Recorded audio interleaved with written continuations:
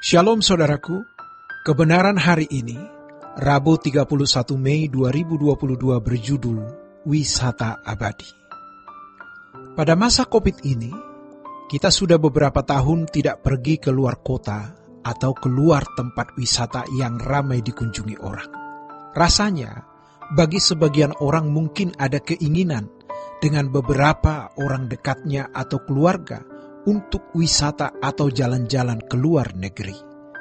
Meskipun hal itu bukan merupakan kebahagiaan inti, tetapi rasanya tetap menyenangkan juga jika bisa pergi dengan orang-orang yang kita kasihi. Kita bisa bercengkerama, berbicara tentang kebenaran, dan memikirkan pekerjaan Tuhan. Tetapi sebenarnya ada wisata kekal di kerajaan surga. Sekarang kita diajak wisata ke tempat abadi, kerajaan surga.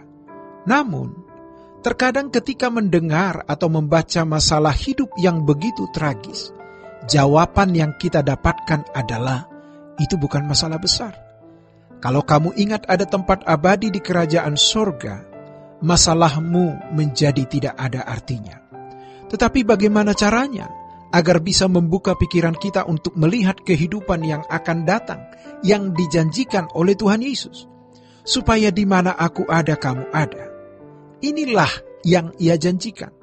Banyak orang merasa tidak sanggup lagi hidup di dunia, karena dunia telah mengkondisi mereka untuk memperhatikan apa yang kelihatan saja. Sedangkan Rasul Paulus berkata, kami memperhatikan apa yang tidak kelihatan. Masalahnya, sulit untuk bisa benar-benar sepenuhnya terarah kepada Bapa, ke rumahnya, hidup suci, meninggalkan percintaan dunia, kalau seseorang belum patah hati dengan dunia ini.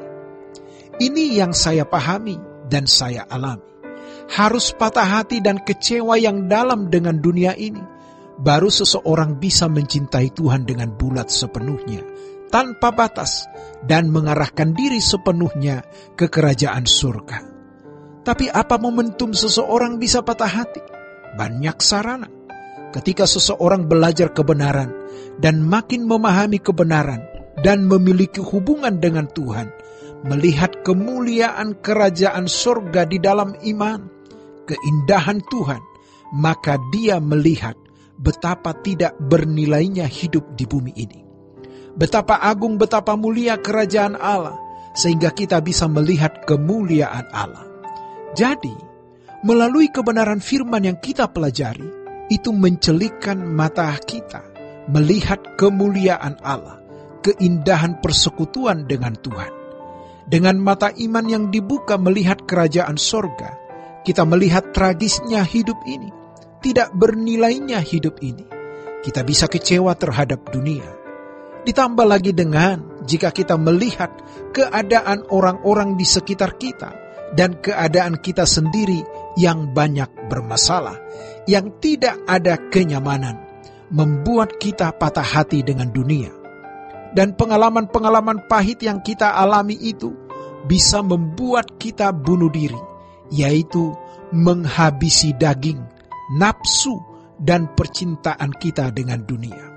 Ayo, kita berangkat, terus bergerak menuju langit baru bumi baru.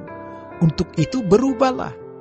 Mari kita hidup sesuci-sucinya, sekudus-kudusnya, tidak terikat dunia, dan berusaha untuk menyenangkan hati Bapa di surga.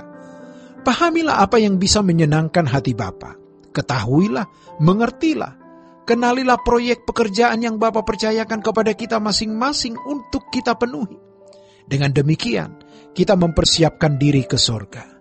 Masalahnya, ada banyak orang Kristen yang merasa kalau sudah percaya Yesus sebagai Tuhan dan Juru Selamat secara pengaminan akali, yakin saja bahwa Yesus telah mati di kayu salib menebus dosa-dosa mereka, sudah merasa punya tiket untuk masuk surga. Ini adalah penyesatan. Dosa-dosa memang sudah diampuni, yaitu perbuatan-perbuatan kita yang salah, baik yang kita lakukan dulu, sekarang, atau nanti kemungkinan melakukan kesalahan di masa mendatang. Tetapi, kodrat dosa di dalam diri kita, itulah yang harus kita selesaikan. Di masa penampian ini, Yang jahat akan bertambah jahat, tetapi yang kudus akan bertambah kudus. Artinya, mengkondisi orang yang sungguh-sungguh untuk mengalami kodrat dosa yang dikikis atau digerus lewat kehidupannya yang semakin dimurnikan dan disempurnakan. Oleh sebab itu, kita tidak boleh rileks atau bersantai ria. Kalau ibarat naik kendaraan, kecepatan kita tidak boleh hanya 60 km per jam, melainkan harus di atas 100 km per jam. Malah 120 km atau 160 km, bahkan 180 km kalau perlu. Kalau ibarat berlari, tidak bisa hanya lari dengan kecepatan 5 km per jam. Kita harus bisa berlari dengan kecepatan 20-30 km per jam. Kalau ibarat sedang berenang, bukan berenang dengan santai, melainkan seperti sedang dikejar-kejar buaya.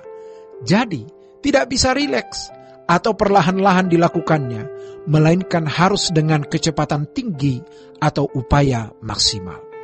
Kalau kita tidak serius, kita akan ditelan oleh dunia. Bagaimana istri bisa tenggelam oleh suami, suami ditenggelamkan oleh istri. Kita bisa ditenggelamkan dan dirusak oleh masalah hidup jika kita menyerah pada keadaan. Sebab manusia di sekitar kita bisa menjadi alat kuasa gelap menghancurkan kita.